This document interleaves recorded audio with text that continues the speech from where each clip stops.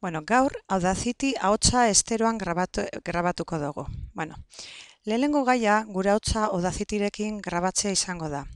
Izatez nahiko erreza da. Horretarako lehenengo baldintza, noski gure ordenadorean mikrofono bat konektatuta egotea da. Hemen goian, slide honetan, agertzen dira. Adibidez, agertzen dira mikrofonoaren volumena, eta entzun nahi dugun bezala. Hemen klikatuz, nik hau mugitu neike. Ez da komeni larrei igotzea. Giroko zarata larrei entzuten ez daiken. Froga bat egiteko egingo dugu grabatzen hasiko naiz. Botoi gorrian klikatuz. Audacity audio editatzeko eta grabatzeko programazkea eta kode irekikoa da. Gelditzeko botoi horia sakatuz gelditzen da. Hemen dagoen zoom botoia erabili genke, segmento edo zatia osorik ikusteko. Adibidez, nik holan emoten badot, txikitu egiten dut eta osorik ikusten dut. Orain, egingo duguna da entzun. Botoi berdeari klikatuz.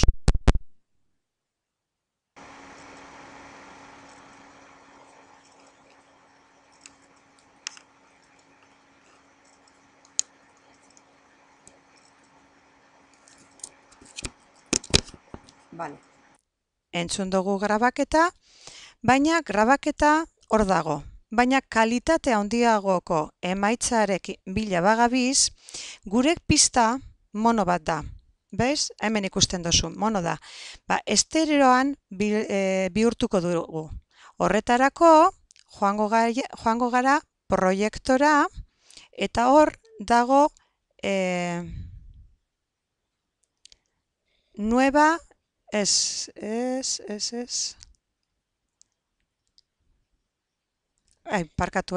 nueva pista de estero.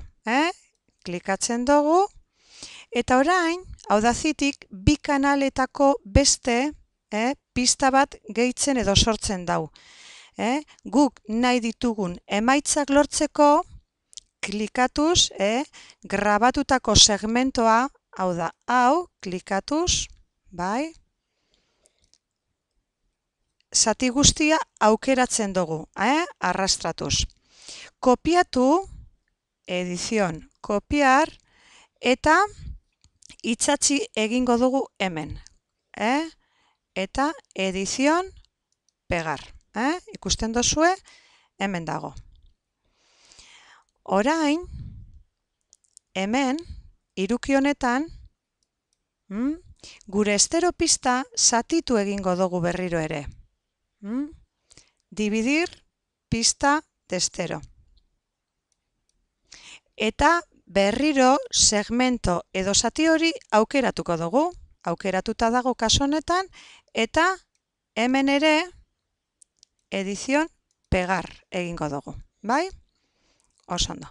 Eta hemen ikusten dugu izquierdo kanal eta derecho kanal. Kanal biak agertzen dira. Orain, gure ahotsa kanal bietan dago, eskerrean eta eskumean. Monoan, hau da, hemen egindako grabazio ez jaku balio eta, ezabatu egingo dugu. Klikatuz hemen. Eta orain bai, badugu esteroan gure grabaketa. Entzungo dugu